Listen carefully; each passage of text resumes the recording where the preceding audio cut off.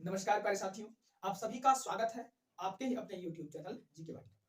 आज हम लोग इम्पोर्टेंट आर्टिकल यानी प्रमुख अनुच्छेद, महत्वपूर्ण अनुच्छेद के बारे में चर्चा करें, जो आपके एग्जाम के दृष्टिकोण से बहुत ही महत्वपूर्ण है और जो जिस आर्टिकल आपके एग्जाम में आने की संपूर्ण संभावना होती है, उसी इम्पोर्टेंट आर्टिकल को हम लोग देखेंगे, उन्हीं महत्वपूर्ण अनुच्छेद को हम लोग देखेंगे। तो आइए हम लोग स्टार्ट करते हैं प्रमुख अनुच्छेद। ठीक है, और हम थोड़ी सी अनुच्छेद की चर्चा कर लें कि अनुच्छेद क्या होता है। तो आपको बता दें कि आपको पता है कि हमारा एक संविधान है ना। प्रत्येक देश का एक संविधान होता है जिसमें उसके सभी शासन है ना, चलाने देश को चलाने की व्यवस्था को लिखा जाता है, उसी को संविधान कहते हैं। उसमें सारे कानून प्रावधान को लिखे जाते हैं। ठीक है, और ये आपका संविधान जो होता है ना, तो संविधान में भाग, अनुसूची है ना, अनुच्छेद होते हैं। जिस प्रकार से आपके बुक में अध्याय, सूची, चैप्टर, पेज नंबर होते हैं, उसी प्रकार से इसमें भाग, अनुच्छेद और अनुसूची पाई जाती है। अगर हम बात करें 26 जनवरी 1950 जब हमारा संविधान लागू हुआ था, उस समय हमारे संविधान में कितने भाग, कितने अनुसूची और कितने अनुच्छेद थे, आइए हम थोड़ी सी उसका चर्चा करें। जब हमारा संविधान लागू हुआ था 26 जनवरी 1950 ईस्वी को, तो उस समय हमारे संविधान में 22 भाग था, 395 अनुच्छेद था, याद रखिएगा 395 अनुच्छेद था और 8 अनुसूची था। लेकिन अभी वर्तमान में क्या इतने ही है कि इसमें कुछ परिवर्तन हुआ है ना, इतना ही है कि कुछ परिवर्तन हुआ है, इसमें कुछ परिवर्तन हुआ है। अभी बात करें कि हमारे संविधान में भाग की संख्या कितनी है, इसमें अभी वर्तमान में भाग की संख्या 25 हो गई है, यानी 22 से बढ़कर अभी भाग कितना हो चुका है, 25। अनुच्छेद की बात करें हम, अनुच्छेद अभी वर्तमान में लगभग 370 से भी अधिक हो चुका है, लगभग 370 से भी अधिक हो चुका है। ठीक है, और अनुसूची की बात करें तो ये अभी वर्तमान में अनुसूची की संख्या 12 है, यानी पहले 8 थी, अब 12 हो गई। और अनुसूची को हम बता दिए आपको, अनुसूची का एक वीडियो हम बना चुके हैं। और आप अनुसूची की क्लास को नहीं देखे हैं तो आप जाके पहले उस क्लास को देख लीजिए, उसके बाद अनुच्छेद को आप देख लीजिएगा। ठीक है, अब हम लोग अनुच्छेद की चर्चा करते हैं कि किस अनुच्छेद में किस चीज का वर्णन किया गया है। ठीक है, आइए हम लोग देखते हैं, और ये बहुत ही इंपॉर्टेंट होगा दोस्तों आपके एग्जाम के लिए। तो आइए हम लोग स्टार्ट करते हैं। देखिए, साथ साथ हम लोग भाग को भी करते चलेंगे। अनुच्छेद तो पढ़ेंगे ही पढ़ेंगे, साथ साथ हम लोग भाग को भी देखते चलेंगे कि हमारा संविधान का भाग 1, हमारा भाग में पहला भाग में किस चीज का वर्णन है, किस चीज का वर्णन है। याद रखिएगा हमारे, देखिए आप पहली अनुसूची ले लीजिए या पहला भाग ले लीजिए या पहला अनुच्छेद ले लीजिए, इसमें सिर्फ एक ही बात की चर्चा की गई है कि भारत राज्यों का संघ है। क्या है? भारत राज्यों का संघ है। आपको हम बता दें कि आपको पता है कि भारत जो है हमारा देश, या किसी भी देश के निर्माण में पहले क्या आते हैं, छोटे छोटे गांव आते हैं, गांव के मिलने से हमारा राज्य बनता है, और राज्य और केंद्र शासित प्रदेश के मिलने से एक देश का निर्माण होता है। तो भारत किसका संघ है? तो आप कहेंगे कि भारत राज्यों का संघ है। किसका संघ है? तो भारत राज्यों का संघ है। उसी की चर्चा पहला भाग, पहला अनुच्छेद और पहली अनुसूची में की गई है। इसका आंसर क्या होगा? भाग 1 में किस चीज का वर्णन है? तो भारत राज्यों का संघ, राज्यों का संघ है। ठीक, अब बात करें भारत राज्यों का संघ जो भाग 1 में है, हमको जानना है कि भारत राज्यों का संघ का वर्णन किस अनुच्छेद में किया गया है। तो आप याद रखिएगा इसका अनुच्छेद होगा 1 से लेकर 4। 1 से लेकर 4 अनुच्छेद में ही भारत राज्यों के संघ के बारे में बताया गया है, भाग 1, लेकिन अनुच्छेद 1 से लेकर 4। अगर हम थोड़ी सी बात करें, इसमें 1 से 4 अनुच्छेद को दिखाया गया है, दर्शाया गया है। तो पहला अनुच्छेद में किस चीज का वर्णन है, दूसरा में किस चीज का, और तीसरा में किस चीज का।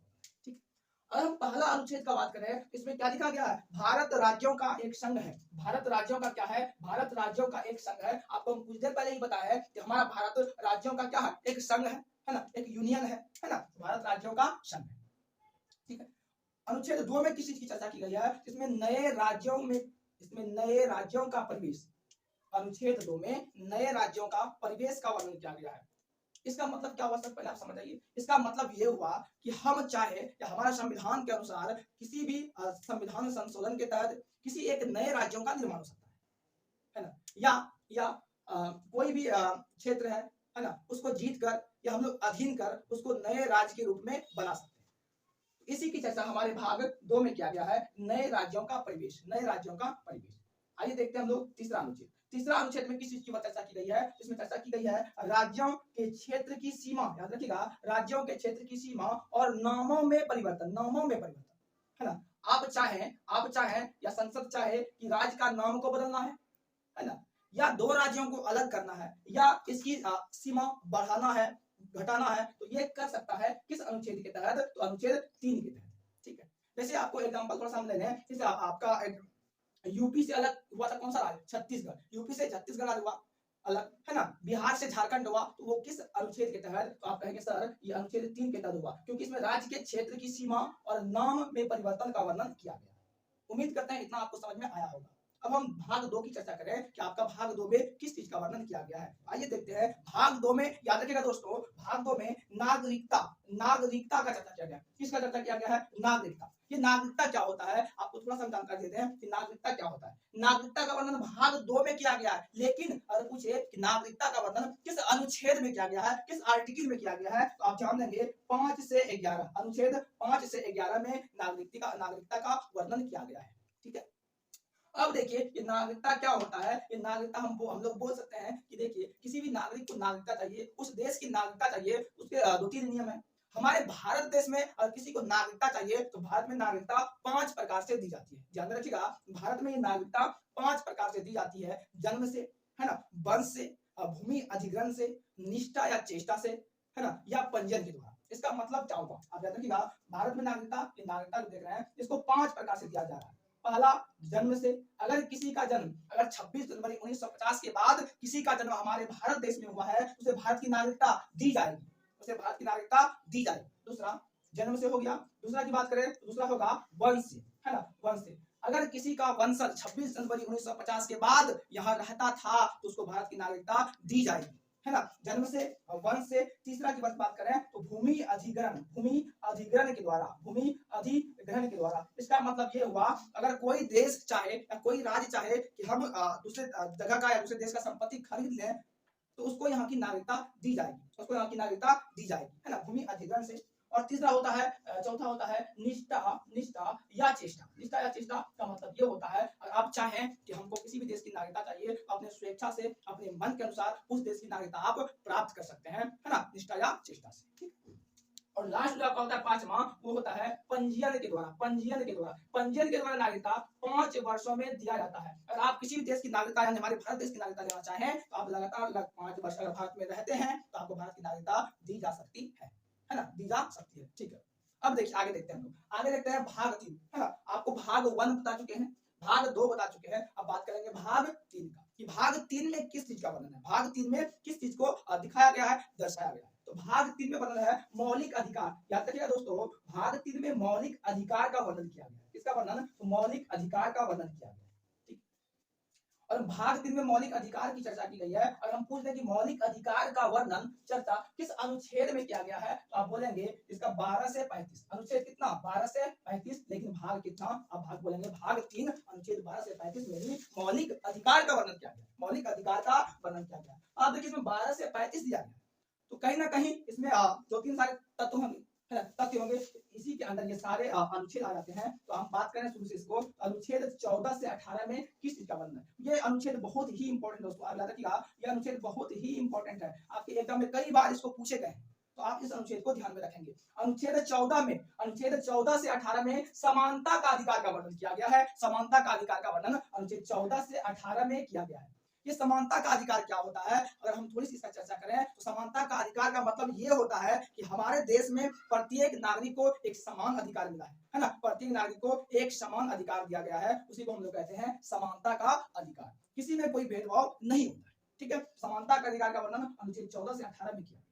आगे दूसरा देखते हैं, अनुच्छेद 19 से 20, अनुच्छेद 19 से 20 का वर्णन, अनुच्छेद 19 से 20 में किस चीज का वर्णन किया गया है, याद रखिएगा, इसमें स्वतंत्रता का वर्णन। अनुच्छेद 19 से 22 में, अनुच्छेद 19 से 22 में स्वतंत्रता का वर्णन किया गया है ना, स्वतंत्रता के अधिकार का वर्णन किया गया है कि यहाँ के प्रत्येक व्यक्ति स्वतंत्र है। आप कुछ भी कर सकते हैं, आपका मन चाहे आप कोई रोजगार को कर सकते हैं, कोई व्यवसाय को कर सकता है, या आप किसी और राज्य में जाके निवास कर सकते हैं। यानी प्रत्येक व्यक्ति क्या है, स्वतंत्र है, और उसको स्वतंत्रता के अधिकार किस अनुच्छेद के तहत दिया गया है, आप बोलेंगे 19 से 22, 19 से 22, याद रखिएगा दोस्तों। अगला अनुच्छेद 23 से 24, अनुच्छेद 23 से 24, देखिए सीरियल वाइज है ना, 14 से 18, 19 से 22, 23 से 24, 25 से 28, आप ऐसे भी याद कर सकते हैं। ठीक है, अनुच्छेद 23 में क्या है, इसमें है शोषण का अधिकार। याद रखिएगा, अनुच्छेद 23 से 24 में शोषण के अधिकार का वर्णन है।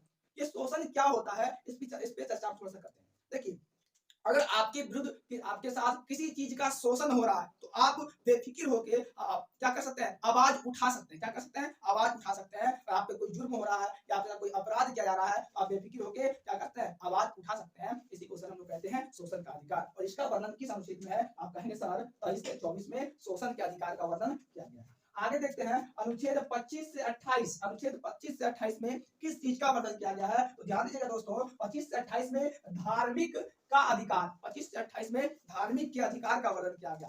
धार्मिक के अधिकार का मतलब क्या हुआ सर, इसका मतलब हुआ कि भारत के प्रत्येक नागरिक स्वतंत्र है, वो किसी भी धर्म को, किसी भी समुदाय को मान सकते हैं, है ना, उसमें कोई रोक टोक नहीं है। तो उसी को कहते हैं धार्मिक का अधिकार। इसका वर्णन 25 से 28 याद रखिएगा दोस्तों। अगला अनुच्छेद जो है 29 से 30, आपसे क्वेश्चन पूछता है कि 29 से 30 अनुच्छेद में किस चीज की चर्चा की गई है या किस चीज का वर्णन है। इसमें संस्कृति या शिक्षा का अधिकार, अगर संस्कृति या शिक्षा का अधिकार का वर्णन अनुच्छेद 29 से 30 में की गई है कि प्रत्येक व्यक्ति को क्या करना पड़ेगा, शिक्षा आप ले सकते हैं, इसमें कोई आपको रोक टोक नहीं है, आप संस्कृति का पालन करेंगे, है ना। अगला लास्ट आपका जो है अनुच्छेद 32 है। अनुच्छेद 32 बहुत ही इंपॉर्टेंट क्वेश्चन है, इसको एसएससी कई बार पूछा है। एसएससी की बात करें, रेलवे का बात कीजिएगा, दरोगा, बहुत बार पूछा गया है कि अनुच्छेद 32 में किस चीज का वर्णन है। आप बोलेंगे संवैधानिक उपचारों का अधिकार। संवैधानिक उपचारों का अधिकार का वर्णन किस अनुच्छेद में है, अनुच्छेद 32। अनुच्छेद 32। अब देखिए संवैधानिक उपचारों का अधिकार क्या होता है। देखिए अगर हम बात करें कि अगर कोई भी व्यक्ति इस सारे नियमों का पालन नहीं करता है, ध्यान दीजिएगा, अगर कोई व्यक्ति इस सभी मौलिक अधिकार के बातों का पालन नहीं करता है या इसको नहीं मानता है, तो आप चाहे सुप्रीम कोर्ट में जाके इस अनुच्छेद के तहत आवाज उठा सकते हैं। इसी को कहते हैं संवैधानिक उपचारों का अधिकार। तो दोस्तों उम्मीद करते हैं आपको ये समझ में आया होगा। हम भाग 1 पढ़ा चुके हैं। भाग 1 में क्या है, भारत में राज्यों का संघ, भारत राज्यों का संघ है, इसका वर्णन 1 से 4 अनुच्छेद में किया गया है। हम ये तीनों अनुच्छेद आपको दिखा दें। भाग 2 में नागरिकता का वर्णन किया गया है और नागरिकता का वर्णन अनुच्छेद 5 से 11 में है। ठीक। भाग 3 में मौलिक अधिकार का वर्णन किया गया है और मौलिक अधिकार अनुच्छेद 12 से 35 में है, 12 से 35 में है। और देखिए उसका भाग 4 का थोड़ा सा हम चर्चा कर रहे हैं कि भाग 4 में किस चीज का वर्णन किया गया। भाग 4 में क्या गया है, नीति, है ना, राज्य के नीति निर्देशक तत्व, याद रखिएगा। भाग 4 में राज्य के नीति निर्देशक तत्व का चर्चा किया गया, निर्देशक तत्व का चर्चा किया गया, राज्य के नीति निर्देशक तत्व, है ना। इसके तहत है ना हमारे संविधान के मुख्य सलाहकार जो बी.एन. राव थे, बी.एन. राव, है ना, उसके द्वारा क्या किया गया था, उसके द्वारा कहा गया था कि हमारे देश में या हमारे संविधान के तहत राज्य के नीति निर्देशक था। तो यहाँ 2 प्रकार के नियम बनेंगे, 2 प्रकार के कानून बनेंगे। यहाँ 2 प्रकार से नागरिकता दी जाएगी। एक तो आप तुरंत दी जाएगी, एक होता है कुछ समय रहने के बाद दी जाएगी। उसी को कहते हैं राज्य के नीति निर्देशक तत्व, यानी राज्य के नियमों का पालन करना पड़ेगा, है ना, राज्य के नियमों का पालन करना पड़ेगा। इसका वर्णन किस में है, तो राज्य के नीति निर्देशक तत्व का वर्णन अनुच्छेद भाग 4 में है, भाग 4 में है। और अनुच्छेद बोलिएगा इसका क्या होगा, 36 से 51। 36 से 51 में किस चीज का वर्णन है, राज्य के नीति निर्देशक तत्व, है ना, राज्य के नीति निर्देशक तत्व का वर्णन अनुच्छेद 36 से 51 है, भाग 4। और थोड़ा सा हम एक और कर लेते हैं, भाग 4 का कौन। देखिए सर भाग 4 तो पहले से था, लेकिन इसमें बाद में मौलिक अधिकार को शामिल किया गया, मौलिक अधिकार को शामिल किया गया, इसलिए इसको भाग 4 का क में रखे, भाग 4 का क में रखे। और भाग 4 का क में मौलिक कर्तव्य, याद रखिएगा बहुत ही इंपॉर्टेंट है, मौलिक कर्तव्य का वर्णन किया गया है। मौलिक कर्तव्य का वर्णन अनुच्छेद भाग 4 का क में किया गया है। और अनुच्छेद की बात करें तो अनुच्छेद 51 का क, याद रखिएगा, मौलिक कर्तव्य का वर्णन अनुच्छेद 51 का क में किया गया है। 51 का क में किया गया है कि प्रत्येक नागरिक है ना, प्रत्येक नागरिक का यह मौलिक कर्तव्य होता है कि अपनी देश की रक्षा करें, पुराने भवन या स्मारक की सुरक्षा करें, अपने जो है प्रकृति की सुरक्षा करें, है ना, झंडा, राष्ट्रीय गान इसका अपमान ना करें, है ना। ये सारी चीज को मौलिक कर्तव्य में रखा गया है। ठीक है, ये सारे उम्मीद करता है ये सभी अनुच्छेद भाग आपको समझ में आया होगा। और अच्छा लगे वीडियो तो लाइक शेयर एंड सब्सक्राइब जरूर करें। आगे